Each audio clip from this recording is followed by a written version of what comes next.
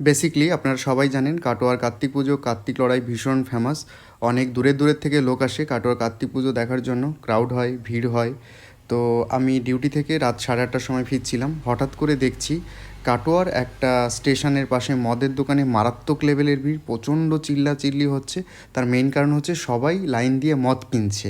উৎসব মানে আনন্দ, কিন্তু ওই আনন্দের পাশাপাশি তারা টাকা দিয়ে তাদের স্বাস্থ্যের অবনতি কিনছে। এখানে দেখো একটা ভাই কত খুশি যে আমার ভিডিও তোলো দাদা, আমাকে ভাইরাল করে দাও। তোর পারমিশন নিয়ে ওর ভিডিওটা আমি করেছিলাম। এবার আমি আপনাদেরকে বলবো যে মদ খেলে আমাদের শরীরে মারাত্মক কী কী ক্ষতি হতে পারে। প্রথমেই বলি, আপনি যদি টানা কিছুদিন যাবৎ কন্টিনিউ মদ খেতে থাকেন তাহলে এটি সবথেকে বেশি আপনার লিভারকে ক্ষতিগ্রস্ত করবে। তার মধ্যে আপনার হতে পারে alcoholic hepatitis, alcoholic fatty liver, liver fibrosis, liver cirrhosis এবং প্যানক্রিয়েটাইটিসের মতন ভয়ানক রোগ।